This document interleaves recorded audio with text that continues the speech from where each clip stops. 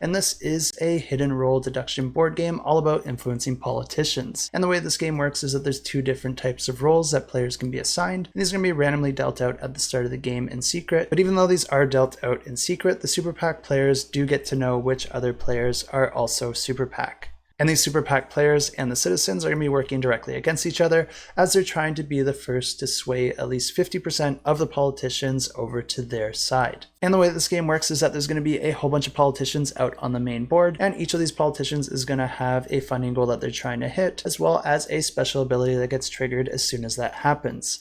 But each politician is also going to have another secondary funding goal that if a certain amount of money is provided by the Super PAC players, then it's going to corrupt that politician, and that politician's going to be loyal to the Super PACs. And this creates a really interesting dynamic because every player's donations will contribute towards that overall funding goal, but if the Super PAC players feel like they're not going to be able to hit that threshold of corruption, then they're probably not going to want to donate to that politician anymore. But if the citizen players feel like a lot was donated from potential Super PAC players, then they're probably going to want to try and make sure that politician doesn't get funded as well. And that's where the deduction comes into play, because players will be able to talk strategy and try to infer which players they think are Super PAC or citizens. And when a player does donate towards a politician, they're going to be putting their colored cube there so you know exactly who's donating to which politicians. And if you have your suspicions, this might give you some sort of idea of who you want to donate to. Each round, each of the players will be drawing 2 money cards into their hand, and then they'll be able to discuss strategy, and each player will be able to individually decide to give one of those money cards to a politician of their choice. All the players will be putting their cards face down and then simultaneously revealing them and then adding cubes to the politician depending on how much funding was donated from each of the individual players. And once a candidate's funding goal is met, that's going to trigger their special ability, but also players will discover whether or not that candidate has been corrupted. And the way that this information is shared with all the players is that each player is going to have a neutral card as well as a corrupted card. And if you are a Super PAC player, you already know if that candidate has been corrupted because you know which other players are also the Super PAC players. And for them to share that information, they're going to be putting the corrupted card out on the table face down. Of course, to keep them anonymous, every other player is also going to be contributing to that pool of cards, but if you're a citizen player, you're just going to be putting in the neutral card.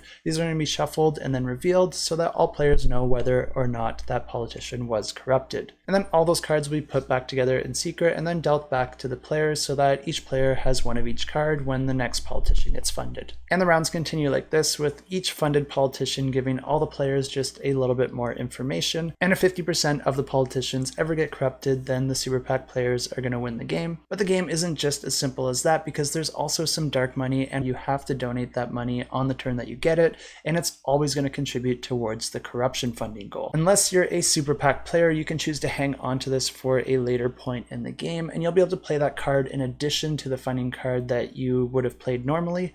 But of course, if you're doing this, everyone's going to know that you're a Super PAC player, so it's at the cost of revealing your identity. And I really like this aspect of the game because it gives you a really great strategy if you feel like you can just brute force your way into corrupting the politicians. And if this game sounds interesting to you, or if you want to learn more, I have links in the description below.